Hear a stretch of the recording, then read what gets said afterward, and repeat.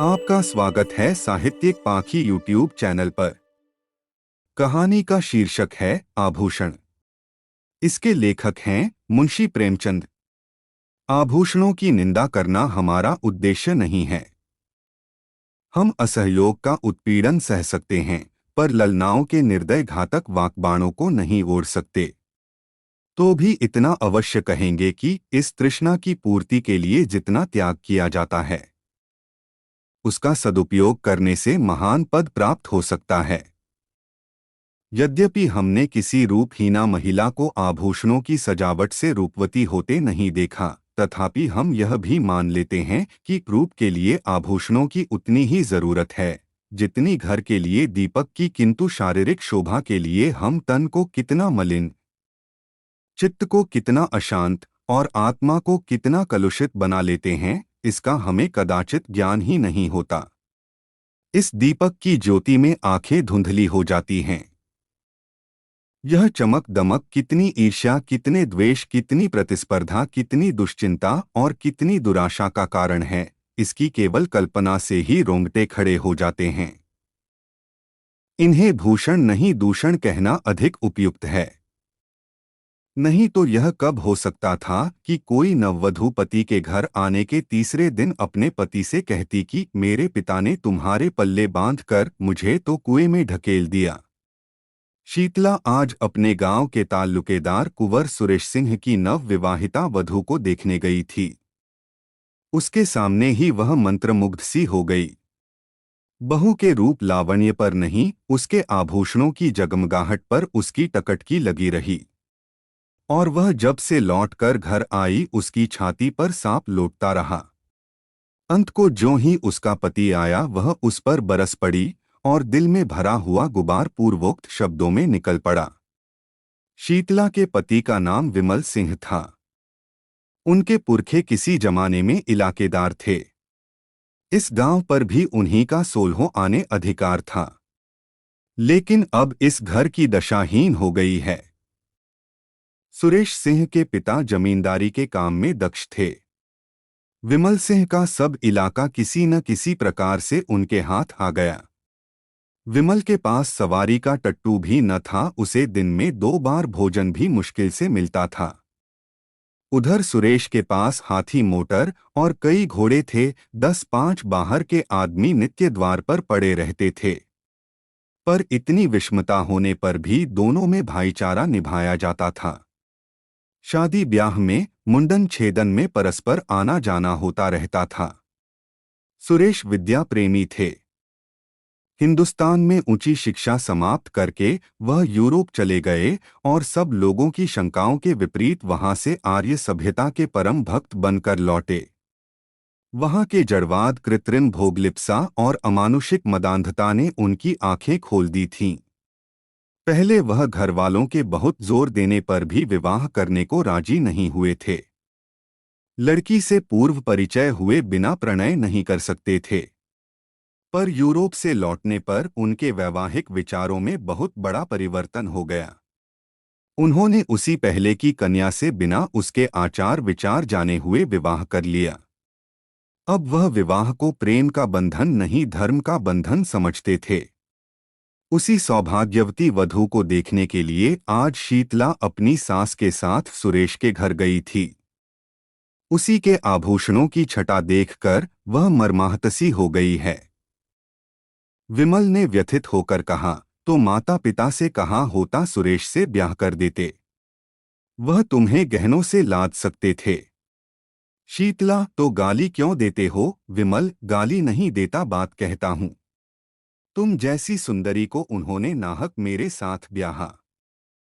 शीतला, लजाते तो हो नहीं, उल्टे और ताने देते हो। विमल, भाग्य मेरे वश में नहीं है। इतना पढ़ा भी नहीं हूं कि कोई बड़ी नौकरी करके रुपए कमाऊं। शीतला, यह क्यों नहीं कहते कि प्रेम ही नहीं है? प्रेम हो तो कंचन बरसने लगे।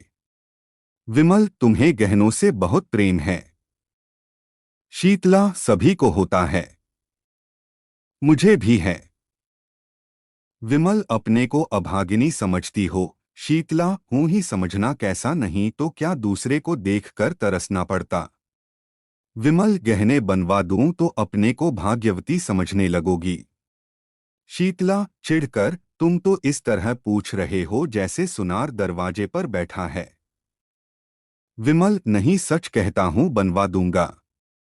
हाँ, कुछ दिन सब्र करना पड़ेगा। समर्थ पुरुषों को बात लग जाती है तो प्राण ले लेते हैं। सामर्थ्यहीन पुरुष अपनी ही जान पर खेल जाता है।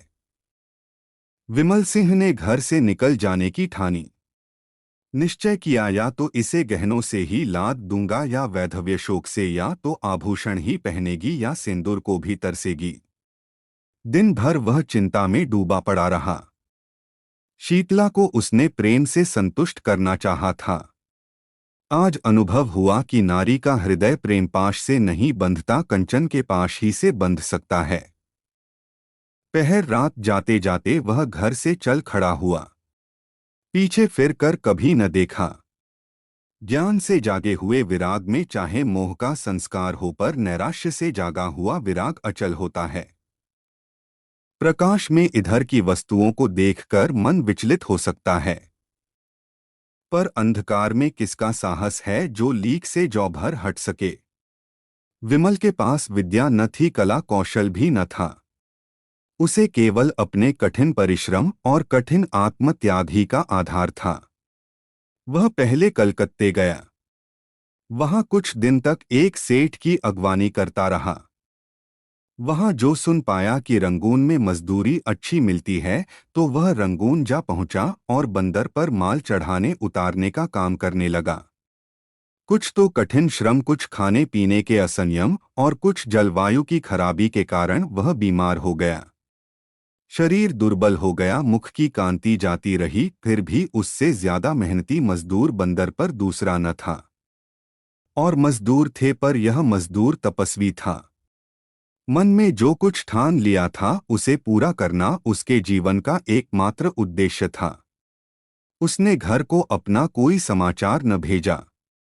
अपने मन से तर्क किया, घर में मेरा कौन हितु है, गहनों के सामने मुझे कौन पूछता है। उसकी बुद्धि यह रहस्य समझने में असमर्थ थी कि आभूषणों की लालसा रहने पर भी प्रणय का पालन किया जा सकता है। और मजदूर प्रातःकाल सेरो मिठाई खाकर जलपान करते थे। दिन भर दम दम भर पर गांजे, चरस और तमाकू के दम लगाते थे। अवकाश पाते तो बाजार की सैर करते थे। कितनों ही को शराब का भी शौक था। पैसों के बदले रुपए कमाते थे तो पैसों की जगह रुपए खर्च भी कर डालते थे। किसी की देह पर साबुत कपड़े न थे, पर विमल उन गिनती के 2-4 मजदूरों में था जो संयम से रहते थे, जिनके जीवन का उद्देश्य खा पी कर मर जाने के सिवा कुछ और भी था। थोड़े ही दिनों में उसके पास थोड़ी सी संपत्ति हो गई। धन के साथ और मजदूरों पर दबाव भी बढ़ने लगा। यह प्रायः सभी जानते थे कि विमल जाति का कुलीन ठाकुर है। सब ठाकुर ही कहकर उसे पुकारते थे। संयम और आचार सम्मान सिद्धि के मंत्र हैं। विमल मजदूरों का नेता और महाजन हो गया। विमल को रंगून में काम करते हुए 3 वर्ष हो चुके थे। संध्या हो गई थी। वह कई मजदूरों के साथ समुद्र के किनारे बैठा बातें कर रहा था। एक मजदूर ने कहा, यहाँ की सभी स्त्रियां निठुर होती हैं। बेचारा झींगुर 10 बरस से उसी बर्मी स्त्री के साथ रहता था। कोई अपनी ब्याही जोरू से भी इतना प्रेम न करता होगा। उस पर इतना विश्वास करता था कि जो कुछ कमाता सो उसके हाथ में रख देता था। 3 लड़के थे। अभी कल तक दोनों साथ साथ खाकर लेटे थे। न कोई लड़ाई, न बात, न चीत। रात को औरत न जाने कहाँ चली गई। लड़कों को छोड़ गई। बेचारा झींगुर रो रहा है। सबसे बड़ी मुश्किल तो छोटे बच्चे की है। अभी कुल 6 महीने का है। कैसे जिएगा भगवान ही जाने। विमल सिंह ने गंभीर भाव से कहा, गहने बनवाता था कि नहीं? मजदूर, रुपए पैसे तो औरत ही के हाथ में थे। गहने बनवाती उसका हाथ कौन पकड़ता? दूसरे मजदूर ने कहा, गहनों से तो लदी हुई थी। जिधर से निकल जाती थी छम छम की आवाज से कान भर जाते थे। विमल जब गहने बनवाने पर भी निठुराई की तो यही कहना पड़ेगा कि यह जाति ही बेवफा होती है। इतने में एक आदमी आकर विमल सिंह से बोला, चौधरी, अभी मुझे एक सिपाही मिला था। वह तुम्हारा नाम, गांव और बाप का नाम पूछ रहा था। कोई बाबू सुरेश सिंह हैं? विमल ने सशंक होकर कहा, हाँ हैं, तो मेरे गांव के इलाकेदार और बिरादरी के भाई हैं। आदमी, उन्होंने थाने में कोई नोटिस छपवाया है कि जो विमल सिंह का पता लगावेगा उसे 1,000 रुपए का इनाम मिलेगा। विमल, तो तुमने सिपाही को सब ठीक ठीक बता दिया? आदमी, चौधरी, मैं कोई गवार हूं क्या? समझ गया कुछ दाल में काला है, नहीं तो कोई इतने रुपए क्यों खर्च करता। मैंने कह दिया कि उनका नाम विमल सिंह नहीं, जसोदा पांडे हैं। बाप का नाम सुक्खू बताया और घर जिला झांसी में। पूछने लगा, यहाँ कितने दिन से रहता है? मैंने कहा कोई 10 साल से, तब कुछ सोचकर चला गया। सुरेश बाबू से तुमसे कोई अदावत है क्या चौधरी? विमल, अदावत तो नहीं थी, मगर कौन जाने उनकी नीयत बिगड़ गई हो, मुझ पर कोई अपराध लगाकर मेरी जगह जमीन पर हाथ बढ़ाना चाहते हो। तुमने बड़ा अच्छा किया कि सिपाही को उड़नझाई बताई। आदमी मुझसे कहता था कि ठीक ठीक बता दो तो 50 रु तुम्हें भी दिला दूं। मैंने सोचा आप तो 1,000 की गठरी मारेगा और मुझे 50 रु दिलाने को कहता है। फटकार बता दी, एक मजदूर, मगर जो 200 रु देने को कहता तो तुम सब ठीक ठीक नाम ठिकाना बता देते। क्यों धत तेरे लालची की? आदमी लज्जित होकर, 200 रु नहीं 2,000 रु भी देता तो न बताता। मुझे ऐसा विश्वासघात करने वाला मत समझो। जब जी चाहे परख लो। मजदूरों में यों वाद विवाद होता ही रहा। विमल आकर अपनी कोठरी में लेट गया। वह सोचने लगा, अब क्या करूं? जब सुरेश जैसे सज्जन की नीयत बदल गई तो अब किसका भरोसा करूं? नहीं, अब बिना घर गए काम नहीं चलेगा। कुछ दिन और न गया तो फिर कहीं का न हूंगा। 2 साल और रह जाता तो पास में पूरे 5,000 रु हो जाते। शीतला की इच्छा कुछ पूरी हो जाती। अभी तो सब मिलाकर 3,000 रु ही होंगे। इतने में उसकी अभिलाषा न पूरी होगी।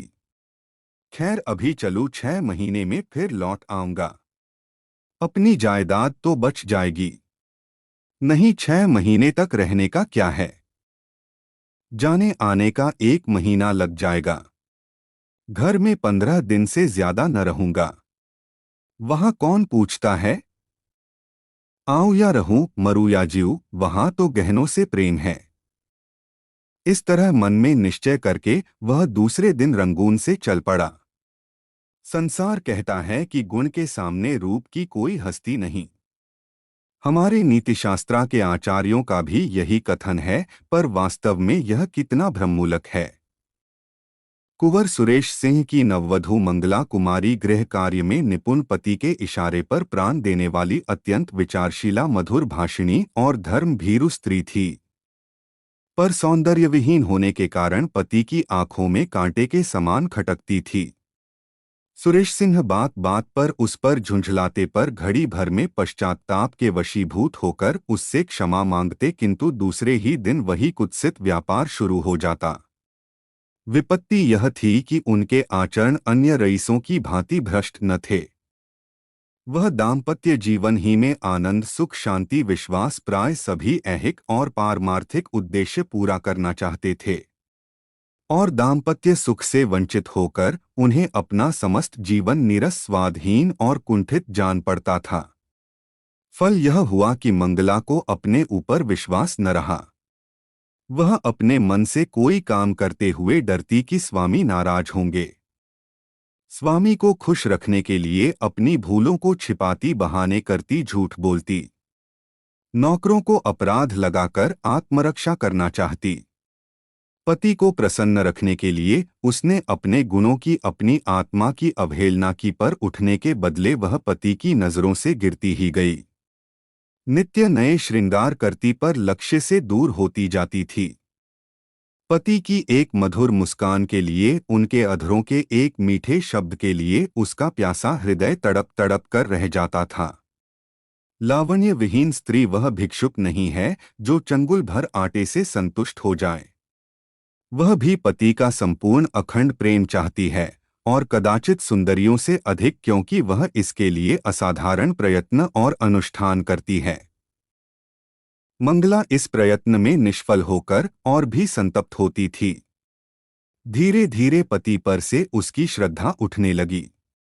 उसने तर्क किया कि ऐसे क्रूर हृदय शून्य कल्पनाहीन मनुष्य से मैं भी उसी का सा व्यवहार करूंगी। जो पुरुष रूप का भक्त है वह प्रेम भक्ति के योग्य नहीं। इस प्रत्याघात ने समस्या और भी जटिल कर दी। मगर मंगला की केवल अपनी रूपहीनता ही का रोना न था। शीतला का अनुपम रूपलालित्य भी उसकी कामनाओं का बाधक था, बल्कि यह उसकी आशालताओं पर पड़ने वाला तुषार था। मंगला सुंदरी न सही पर पति पर जान देती थी। जो अपने को चाहे उससे हम विमुख नहीं हो सकते। प्रेम की शक्ति अपार है, पर शीतला की मूर्ति सुरेश के हृदय द्वार पर बैठी हुई मंगला को अंदर न जाने देती थी, चाहे वह कितना ही वेश बदल कर आवे। सुरेश इस मूर्ति को हटाने की चेष्टा करते थे, उसे बलात् निकाल देना चाहते थे, किंतु सौंदर्य का आधिपत्य धन के आधिपत्य से कम दुर्निवार नहीं होता। जिस दिन शीतला इस घर में मंगला का मुख देखने आई थी, उसी दिन सुरेश की आंखों ने उसकी मनोहर छवि की एक झलक देख ली थी। वह एक झलक मानो एक क्षणिक क्रिया थी जिसने एक ही धावे में समस्त हृदय राज्य को जीत लिया, उस पर अपना आधिपत्य जमा लिया। सुरेश एकांत में बैठे हुए शीतला के चित्र को मंगला से मिलाते यह निश्चय करने के लिए कि उनमें क्या अंतर है, एक क्यों मन को खींचती है, दूसरी क्यों उसे हटाती है, पर उसके मन का यह खिंचाव केवल एक चित्रकार या कवि का रसास्वादन मात्र था। वह पवित्र और वासनाओं से रहित था। वह मूर्ति केवल उसके मनोरंजन की सामग्री मात्र थी। यह अपने मन को बहुत समझाते संकल्प करते कि अब मंगला को प्रसन्न रखूंगा। यदि वह सुंदर नहीं है तो उसका क्या दोष। पर उनका यह सब प्रयास मंगला के सम्मुख जाते ही विफल हो जाता था। वह बड़ी सूक्ष्म दृष्टि से मंगला के मन के बदलते हुए भावों को देखते थे, पर एक पक्षाघात पीड़ित मनुष्य की भांति घी के घड़े को लुढ़कते देखकर भी रोकने का कोई उपाय न कर सकते थे। परिणाम क्या होगा यह सोचने का उन्हें साहस ही न होता था। पर जब मंगला ने अंत को बात बात में उनकी तीव्र आलोचना करना शुरू कर दिया, वह उनसे उच्छृंखलता का व्यवहार करने लगी, तो उसके प्रति उनका वह उतना सौहार्द भी विलुप्त हो गया। घर में आना जाना छोड़ दिया। एक दिन संध्या के समय बड़ी गर्मी थी। पंखा झलने से आग और भी दहकती थी। कोई सैर करने बगीचों में भी न जाता था। पसीने की भांति शरीर से सारी स्फूर्ति बह गई थी, जो जहां था वहीं मुर्दा सा पड़ा था। आग से सेंके हुए मृदंग की भांति लोगों के स्वर कर्कश हो गए थे। साधारण बातचीत में भी लोग उत्तेजित हो जाते थे, जैसे साधारण संघर्षण से वन के वृक्ष जल उठते हैं।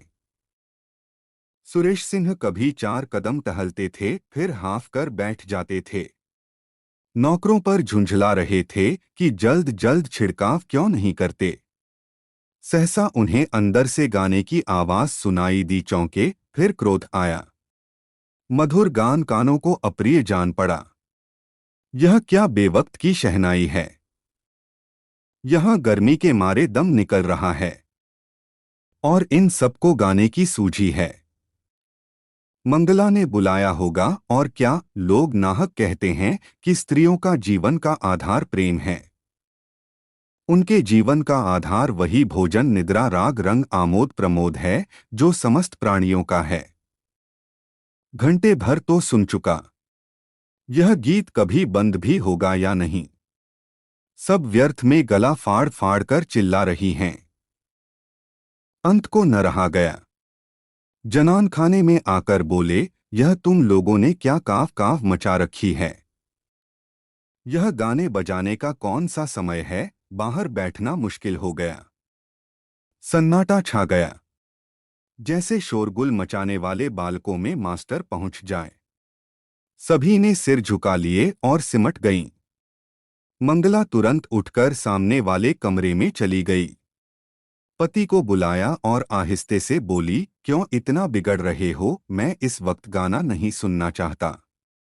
तुम्हें सुनाता ही कौन है? क्या मेरे कानों पर भी तुम्हारा अधिकार है? फजूल की बमचक, तुमसे मतलब। मैं अपने घर में यह कोलाहल न मचने दूंगा। तो मेरा घर कहीं और है। सुरेश सिंह इसका उत्तर न देकर बोले, इन सब से कह दो फिर किसी वक्त आएं। मंगला, इसलिए कि तुम्हें इनका आना अच्छा नहीं लगता। हाँ, इसीलिए। तुम क्या सदा वही करते हो जो मुझे अच्छा लगे? तुम्हारे यहाँ मित्र आते हैं। हंसी ठट्ठे की आवाज अंदर सुनाई देती है। मैं कभी नहीं कहती कि इन लोगों का आना बंद कर दो। तुम मेरे कामों में दस्तंदाजी क्यों करते हो? सुरेश ने तेज होकर कहा, इसलिए कि मैं घर का स्वामी हूँ। मंगला, तुम बाहर के स्वामी हो, यहाँ मेरा अधिकार है। सुरेश, क्यों व्यर्थ की बकबक करती हो? मुझे चिढ़ाने से क्या मिलेगा?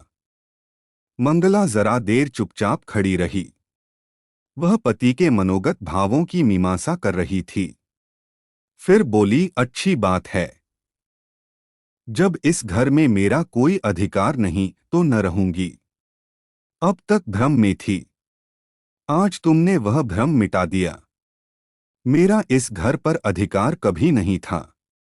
जिस स्त्री का पति के हृदय पर अधिकार नहीं, उसका उसकी संपत्ति पर भी कोई अधिकार नहीं हो सकता।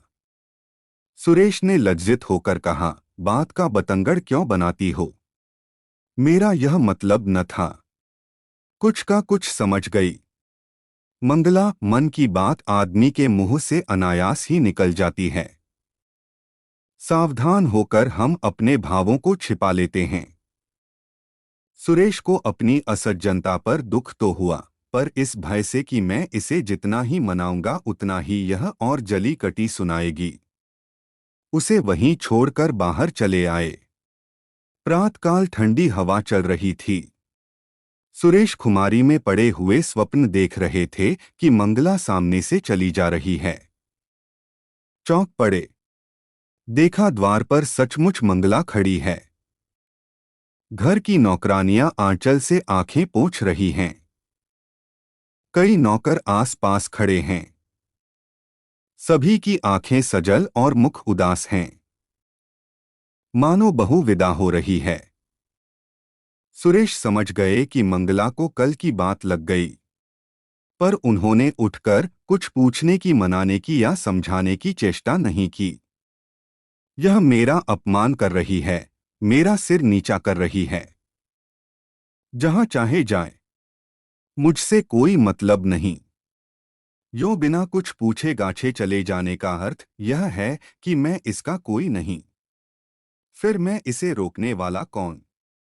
वह यूं ही जड़वत पड़े रहे और मंगला चली गई। उनकी तरफ मुंह उठाकर भी न ताका। मंगला पांव पैदल चली जा रही थी। एक बड़े ताल्लुकेदार की औरत के लिए यह मामूली बात न थी। हर किसी को हिम्मत न पड़ती थी कि उससे कुछ कहे। पुरुष उसकी राह छोड़कर किनारे खड़े हो जाते थे। नारियां द्वार पर खड़ी करुण कौतूहल से देखती थीं और आंखों से कहती थीं, हाँ निर्दयी पुरुष। इतना भी न हो सका कि एक डोला पर तो बैठा देता। इस गांव से निकलकर उस गांव में पहुंची जहां शीतला रहती थी। शीतला सुनते ही द्वार पर आकर खड़ी हो गई और मंगला से बोली, बहन जरा आकर दम ले लो। मंगला ने अंदर जाकर देखा तो मकान जगह जगह से गिरा हुआ था। दालान में एक वृद्धा खाट पर पड़ी थी। चारों ओर दरिद्रता के चिन्ह दिखाई देते थे। शीतला ने पूछा, यह क्या हुआ? मंगला, जो भाग्य में लिखा था। शीतला, कुंवर जी ने कुछ कहा सुना था। मंगला, मुंह से कुछ न कहने पर भी तो मन की बात छिपी नहीं रहती। शीतला, अरे तो क्या अब यहां तक नौबत आ गई? दुख की अंतिम दशा संकोचहीन होती है। मंगला ने कहा, चाहती तो अब भी पड़ी रहती, उसी घर में जीवन कट जाता। पर जहां प्रेम नहीं, पूछ नहीं, मान नहीं, वहां अब नहीं रह सकती। शीतला, तुम्हारा मैका कहाँ है? मंगला, मैके कौन मुंह लेकर जाऊंगी। शीतला, तब कहाँ जाओगी? मंगला, ईश्वर के दरबार में। पूछूंगी कि तुमने मुझे सुंदरता क्यों नहीं दी, बदसूरत क्यों बनाया। बहन, स्त्री के लिए इससे अधिक दुर्भाग्य की बात नहीं कि वह रूपहीन हो। शायद पहले जन्म की पिशाचिनियां ही बदसूरत औरतें होती हैं। रूप से प्रेम मिलता है और प्रेम से दुर्लभ कोई वस्तु नहीं है। यह कहकर मंगला उठ खड़ी हुई। शीतला ने उसे रोका नहीं। सोचा, इसे क्या खिलाऊंगी। आज तो चूल्हा जलने की भी कोई आशा नहीं। उसके जाने के बाद वह देर तक बैठी सोचती रही, मैं कैसी अभागिन हूं, जिस प्रेम को न पाकर यह बेचारी जीवन को त्याग रही है। उसी प्रेम को मैंने पाव से ठुकरा दिया। इसे जेवर की क्या कमी थी? क्या ये सारे जड़ाऊ जेवर इसे सुखी रख सके? इसने उन्हें पाव से ठुकरा दिया। उन्हीं आभूषणों के लिए मैंने अपना सर्वस्व खो दिया। हाँ, न जाने वह विमल सिंह कहाँ हैं, किस दशा में हैं। अपनी लालसा को, तृष्णा को वह कितनी ही बार धिक्कार चुकी थी। मंगला की दशा देखकर आज उसे आभूषणों से घृणा हो गई।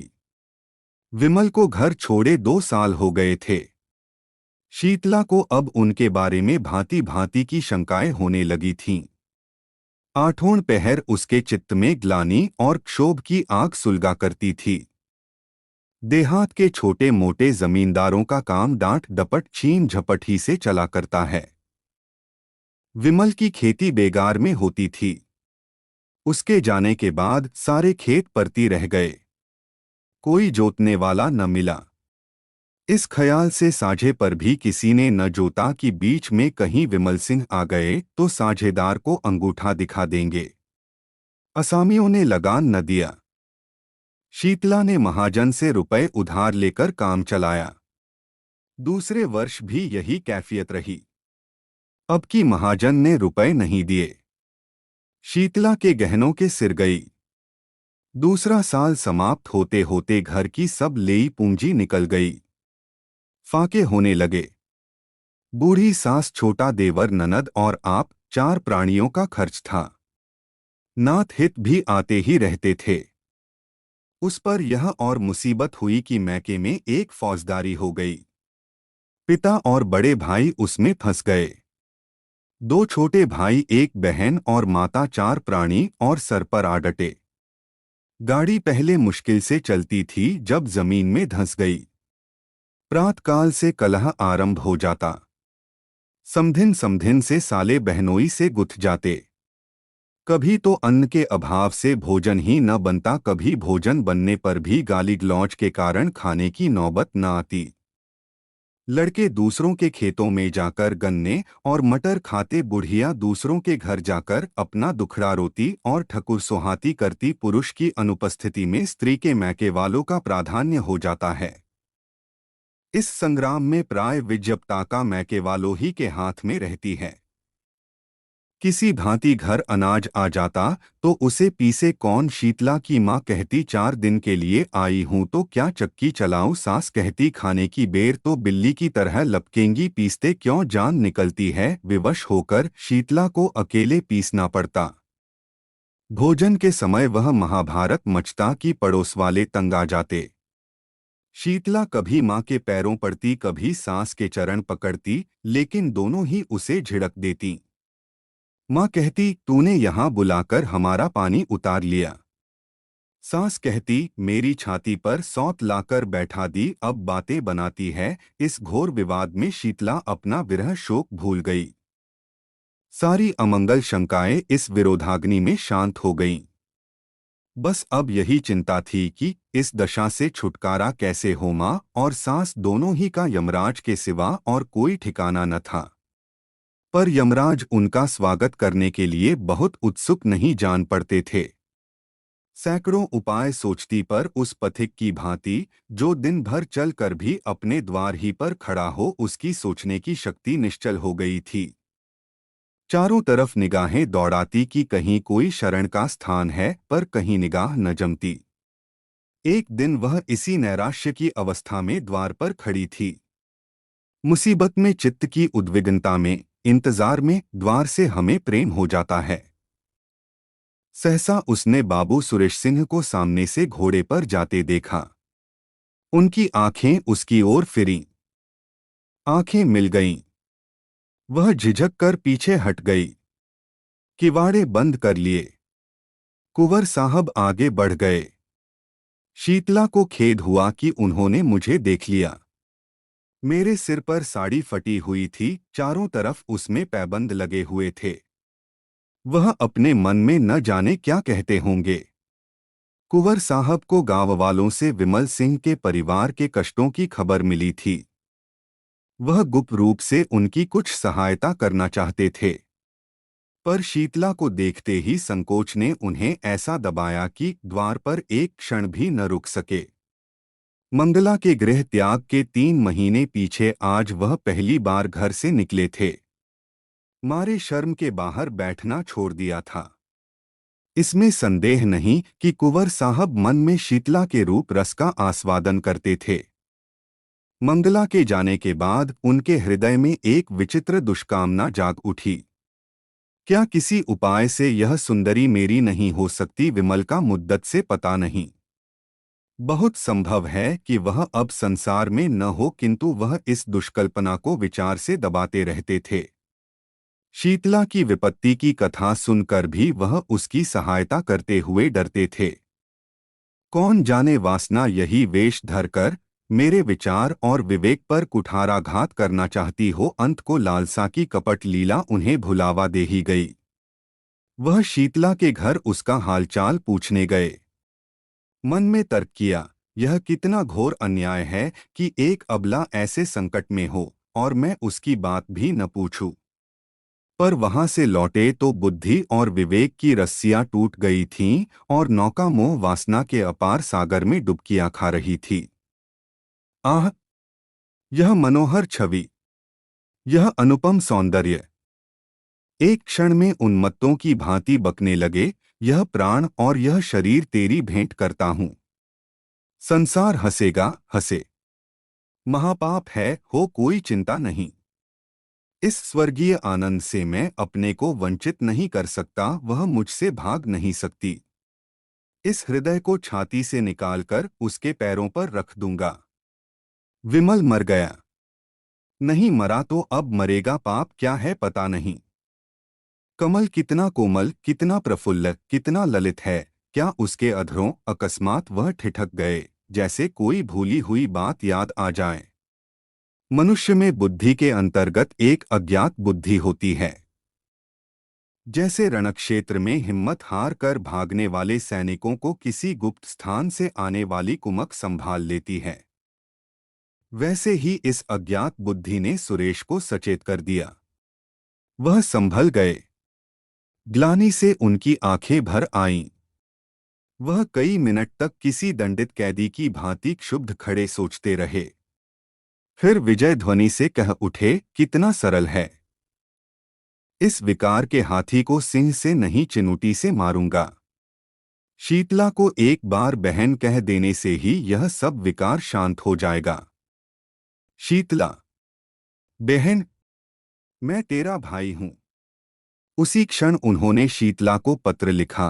बहन, तुमने इतने कष्ट झेले पर मुझे खबर तक न दी। मैं कोई गैर न था।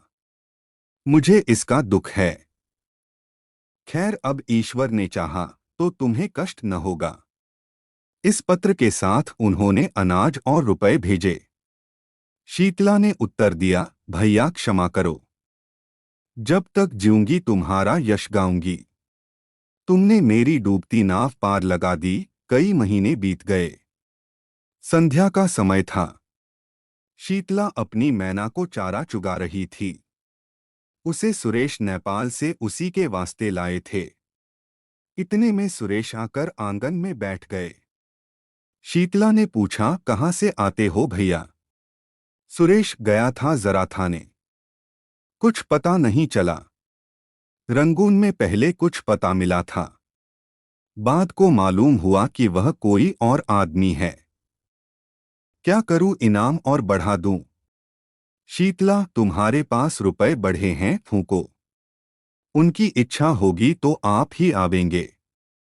सुरेश, एक बात पूछूं, बताओगी किस बात पर तुमसे रूठे थे? शीतला, कुछ नहीं, मैंने यही कहा कि मुझे गहने बनवा दो। कहने लगे, मेरे पास है क्या? मैंने कहा, लजा कर तो ब्याह क्यों किया?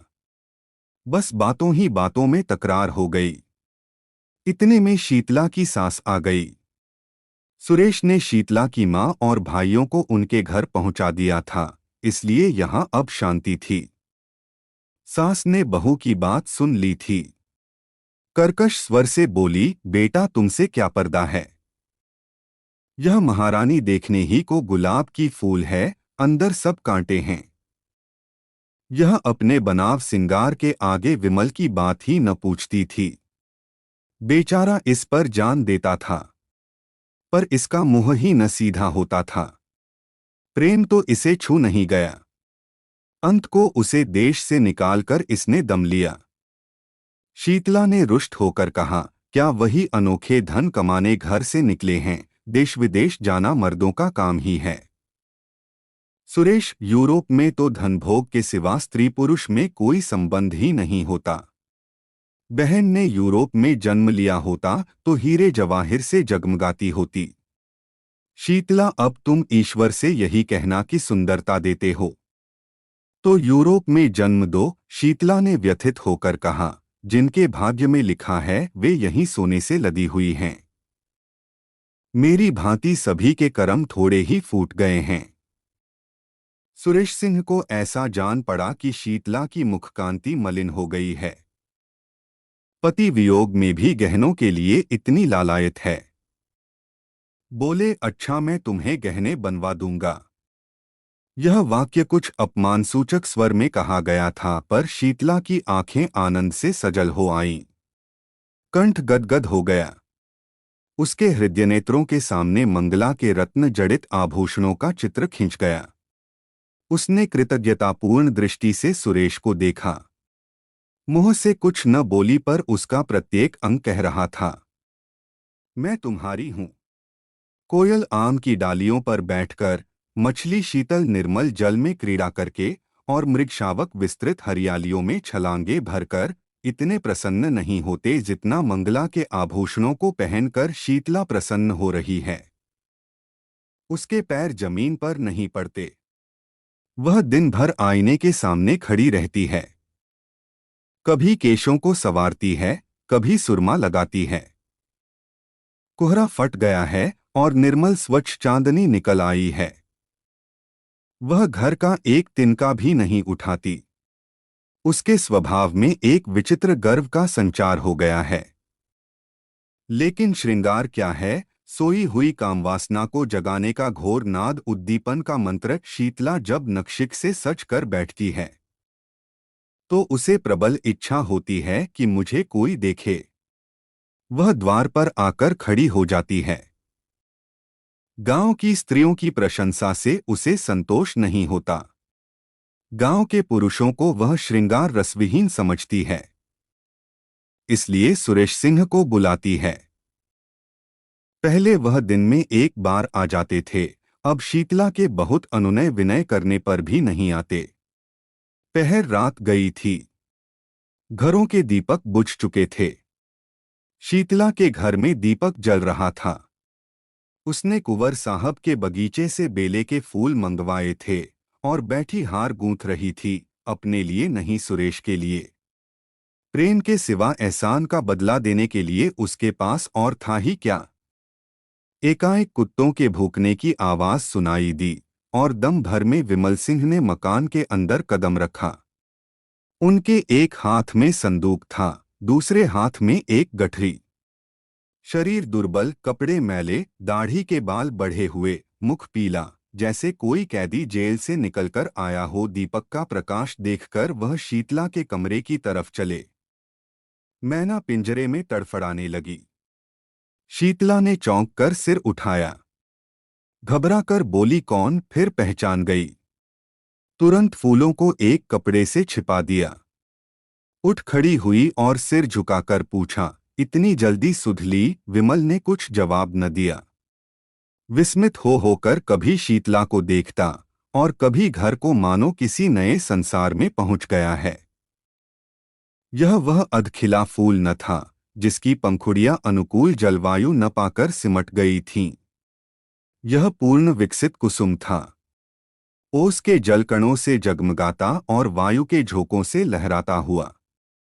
विमल उसकी सुंदरता पर पहले भी मुग्ध था, पर यह ज्योति वह अग्निज्वाला थी जिससे हृदय में ताप और आंखों में जलन होती थी। ये आभूषण, ये वस्त्र, यह सजावट। उसके सिर में एक चक्कर सा आ गया। जमीन पर बैठ गया। इस सूर्यमुखी के सामने बैठते हुए उसे लज्जा आती थी। शीतला अभी तक स्तंभित खड़ी थी। वह पानी लाने नहीं दौड़ी, उसने पति के चरण नहीं धोए, उसको पंखा तक नहीं झला। हतबुद्धिसी हो गई थी। उसने कल्पनाओं की कैसी सुरमय वाटिका लगाई थी। उस पर तुषार पड़ गया। वास्तव में इस मलिन वदन अर्धनग्न पुरुष से उसे घृणा हो रही थी। यह घर का जमींदार विमल न था, वह मजदूर हो गया था। मोटा काम मुखाकृति पर असर डाले बिना नहीं रहता। मजदूर सुंदर वस्त्रों में भी मजदूर ही रहता है। सहसा विमल की मां चौंकी। शीतला के कमरे में आई तो विमल को देखते ही मातृ स्नेह से विह्वल होकर उसे छाती से लगा लिया। विमल ने उसके चरणों पर सिर रखा। उसकी आंखों से आंसुओं की गरम गरम बूंदें निकल रही थीं। मां पुलकित हो रही थी। मुख से बात न निकलती थी। एक क्षण में विमल ने कहा, अम्मा। कंठध्वनि ने उसका आशय प्रकट कर दिया। मां ने प्रश्न समझकर कहा, नहीं बेटा, यह बात नहीं है। विमल, यह देखता क्या हूं? मां, स्वभाव ही ऐसा है तो कोई क्या करे। विमल, सुरेश ने मेरा हुलिया क्यों लिखाया था? मां, तुम्हारी खोज लेने के लिए। उन्होंने दया न की होती तो आज घर में किसी को जीता न पाते। विमल, बहुत अच्छा होता। शीतला ने ताने से कहा, अपनी ओर से तुमने सबको मार ही डाला था। फूलों की सेज नहीं बिछा गए थे। विमल, अब तो फूलों की सेज ही बिछी हुई देखता हूं। शीतला, तुम किसी के भाग्य के विधाता हो। विमल सिंह उठकर क्रोध से कांपता हुआ बोला, अम्मा, मुझे यहां से ले चलो। मैं इस पिशाचिनी का मुंह नहीं देखना चाहता। मेरी आंखों में खून उतरता चला आता है। मैंने इस कुल कलंकिनी के लिए 3 साल तक जो कठिन तपस्या की है, उससे ईश्वर मिल जाता, पर इसे न पा सका। यह कहकर वह कमरे से निकल आया और मां के कमरे में लेट रहा। मां ने तुरंत उसका मुंह और हाथ पैर धुलाए। वह चूल्हा जलाकर पूरियां पकाने लगी। साथ साथ घर की विपत्ति कथा भी कहती जाती थी। विमल के हृदय में सुरेश के प्रति जो विरोधाग्नि प्रज्वलित हो रही थी वह शांत हो गई, लेकिन हृदयदाह ने रक्तदाह का रूप धारण किया। जोर का बुखार चढ़ाया। लंबी यात्रा की थकान और कष्ट तो था ही, बरसों के कठिन श्रम और तप के बाद यह मानसिक संताप और भी दुस्सह हो गया। सारी रात वह अचेत पड़ा रहा। मां बैठी पंखा झलती और रोती थी। दूसरे दिन भी वह बेहोश पड़ा रहा। शीतला उसके पास एक क्षण के लिए भी न आई। इन्होंने मुझे कौन से सोने के कौर खिला दिए हैं जो इनकी धौंस सहूं। यहां तो जैसे कंता घर रहे वैसे रहे विदेश। किसी की फूटी कौड़ी नहीं जानती। बहुत ताव दिखाकर तो गए थे, क्या लाद लाए। संध्या के समय सुरेश को खबर मिली। तुरंत दौड़े हुए आए। आज 2 महीने के बाद उन्होंने उस घर में कदम रखा। विमल ने आंखें खोली, पहचान गया। आंखों से आंसू बहने लगे। सुरेश के मुखारविंद पर दया की ज्योति झलक रही थी। विमल ने उसके बारे में जो अनुचित संदेह किया था, उसके लिए वह अपने को धिक्कार रहा था। शीतला ने ज्यों ही सुना कि सुरेश सिंह आए हैं, तुरंत शीशे के सामने गई। केश छिटका लिए और विपत की मूर्ति बनी हुई विमल के कमरे में आई। कहाँ तो विमल की आंखें बंद थीं, मूर्छित सा पड़ा था, कहाँ शीतला के आते ही आंखें खुल गईं। अग्निमय नेत्रों से उसकी ओर देखकर बोला, अभी आई है, आज के तीसरे दिन आना। कुंवर साहब से उस दिन फिर भेंट हो जाएगी। शीतला उल्टे पांव चली गई। सुरेश पर घड़ों पानी पड़ गया। मन में सोचा, कितना रूपलावण्य है पर कितना विषाक्त। हृदय की जगह केवल श्रृंगार लालसा। आतंक बढ़ता गया। सुरेश ने डॉक्टर बुलवाए, पर मृत्युदेव ने किसी की न मानी। उनका हृदय पाषाण है, किसी भांति नहीं पसीजता। कोई अपना हृदय निकाल कर रख दे, आंसुओं की नदी बहा दे, पर उन्हें दया नहीं आती। बसे हुए घर को उजाड़ना, लहराती हुई खेती को सुखाना उनका काम है। और उनकी निर्दयता कितनी विनोदमय है। यह नित्य नए रूप बदलते रहते हैं। कभी दामिनी बन जाते हैं तो कभी पुण्यमाला, कभी सिंह बन जाते हैं तो कभी सियार, कभी अग्नि के रूप में दिखाई देते हैं तो कभी जल के रूप में। तीसरे दिन पिछली रात को विमल की मानसिक पीड़ा और हृदयताप का अंत हो गया। चोर दिन को कभी चोरी नहीं करता। यम के दूत प्राय रात ही को सबकी नजर बचाकर आते हैं और प्राणरत्न को चुरा ले जाते हैं। आकाश के फूल मुरझाए हुए थे। वृक्षसमूह स्थिर थे पर शोक में मग्न सिर झुकाए हुए। रात शोक का बाह्य रूप है। रात मृत्यु का क्रीड़ा क्षेत्र है। उसी समय विमल के घर से आर्तनाद सुनाई दिया, वह नाद जिसे सुनने के लिए मृत्युदेव विकल रहते हैं। शीतला चौंक पड़ी और घबराई हुई मरणशैया की ओर चली। उसने मृतदेह पर निगाह डाली और भयभीत होकर एक पग पीछे हट गई। उसे जान पड़ा विमल सिंह उसकी ओर अत्यंत तीव्र दृष्टि से देख रहे हैं। बुझे हुए दीपक में उसे भयंकर ज्योति दिखाई पड़ी। वह मारे भय के वहां ठहर न सकी। द्वार से निकल ही रही थी कि सुरेश सिंह से भेंट हो गई। कातर स्वर में बोली, मुझे यहां डर लगता है। उसने चाहा कि रोती हुई इनके पैरों पर गिर पड़ूं, पर वह अलग हट गए। जब किसी पथिक को चलते चलते ज्ञात होता है कि मैं रास्ता भूल गया हूं, तो वह सीधे रास्ते पर आने के लिए बड़े वेग से चलता है। झुंझलाता है कि मैं इतना असावधान क्यों हो गया। सुरेश भी अब शांति मार्ग पर आने के लिए विकल हो गए। मंगला की स्नेहमयी सेवाएं याद आने लगीं। हृदय में वास्तविक सौंदर्योपासना का भाव उदय हुआ। उसमें कितना प्रेम, कितना त्याग, कितनी क्षमा थी। उसकी अतुल पति भक्ति को याद करके कभी कभी वह तड़प जाते। आह, मैंने घोर अत्याचार किया। ऐसे उज्ज्वल रत्न का आदर न किया। मैं यूं ही जड़वत पड़ा रहा और मेरे सामने ही लक्ष्मी घर से निकल गई। मंगला ने चलते चलते शीतला से जो बातें कहीं, वे उन्हें मालूम थीं, पर उन बातों पर विश्वास न होता था। मंगला शांत प्रकृति की थी। वह इतनी उद्दंडता नहीं कर सकती। उसमें क्षमा थी, वह इतना विद्वेष नहीं कर सकती। उनका मन कहता था कि वह जीती है और कुशल से है।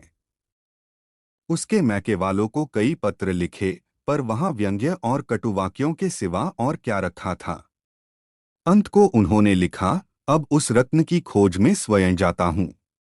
या तो लेकर ही आऊंगा या कहीं मुंह में कालिख लगाकर डूब मरूंगा। इस पत्र का उत्तर आया, अच्छी बात है, जाइए, पर यहां से होते हुए जाइएगा। यहां से भी कोई आपके साथ चला जाएगा। सुरेश सिंह को इन शब्दों में आशा की झलक दिखाई दी। उसी दिन प्रस्थान कर दिया। किसी को साथ नहीं लिया। ससुराल में किसी ने उनका प्रेममय स्वागत नहीं किया। सभी के मुंह फूले हुए थे। ससुर जी ने तो उन्हें पतिधर्म पर एक लंबा उपदेश दिया। रात को जब वह भोजन करके लेटे तो छोटी साली आकर बैठ गई और मुस्कराकर बोली, जीजा जी, कोई सुंदरी अपने रूपहीन पुरुष को छोड़ दे, उसका अपमान करे तो आप उसे क्या कहेंगे? सुरेश गंभीर स्वर से कुटिला। साली, और ऐसे पुरुष को जो अपनी रूपहीन स्त्री को त्याग दे? सुरेश, पशु। साली, और जो पुरुष विद्वान हो? सुरेश, पिशाच। साली हंसकर, तो मैं भागती हूं, मुझे आपसे डर लगता है। सुरेश, पिशाचों का प्रायश्चित्त भी तो स्वीकार हो जाता है। साली, शर्त यह है कि प्रायश्चित्त सच्चा हो। सुरेश, यह तो वह अंतर्यामी ही जान सकते हैं। साली, सच्चा होगा तो उसका फल भी अवश्य मिलेगा, मगर दीदी को लेकर इधर ही से लौटिएगा। सुरेश की आशा नौका फिर डगमगाई। गिड़गिड़ाकर बोले, प्रभा, ईश्वर के लिए मुझ पर दया करो, मैं बहुत दुखी हूं। साल भर से ऐसा कोई दिन नहीं गया कि मैं रोकर न सोया हूं। प्रभा ने उठकर कहा, अपने किए का क्या इलाज, जाती हूं, आराम कीजिए। एक क्षण में मंगला की माता आकर बैठ गई और बोली, बेटा, तुमने तो बहुत पढ़ा लिखा है, देश विदेश घूम आए हो, सुंदर बनने की कोई दवा कहीं नहीं देखी। सुरेश ने विनयपूर्वक कहा, माताजी, अब ईश्वर के लिए और लज्जित न कीजिए। माता, तुमने तो मेरी प्यारी बेटी के प्राण ले लिए, मैं क्या तुम्हें लज्जित करने से भी गई? जी में तो था कि ऐसी ऐसी सुनाऊंगी कि तुम भी याद करोगे, पर मेहमान हो, क्या जलाऊं, आराम करो। सुरेश आशा और भय की दशा में पड़े करवटें बदल रहे थे कि एकाएक द्वार पर किसी ने धीरे से कहा, जाती क्यों नहीं? जागते तो हैं। किसी ने जवाब दिया, लाज आती है। सुरेश ने आवाज पहचानी। प्यासे को पानी मिल गया।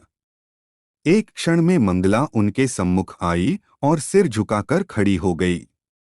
सुरेश को उसके मुख पर एक अनूठी छवि दिखाई दी, जैसे कोई रोगी स्वास्थ्य लाभ कर चुका हो। रूप वही था, पर आंखें और थीं।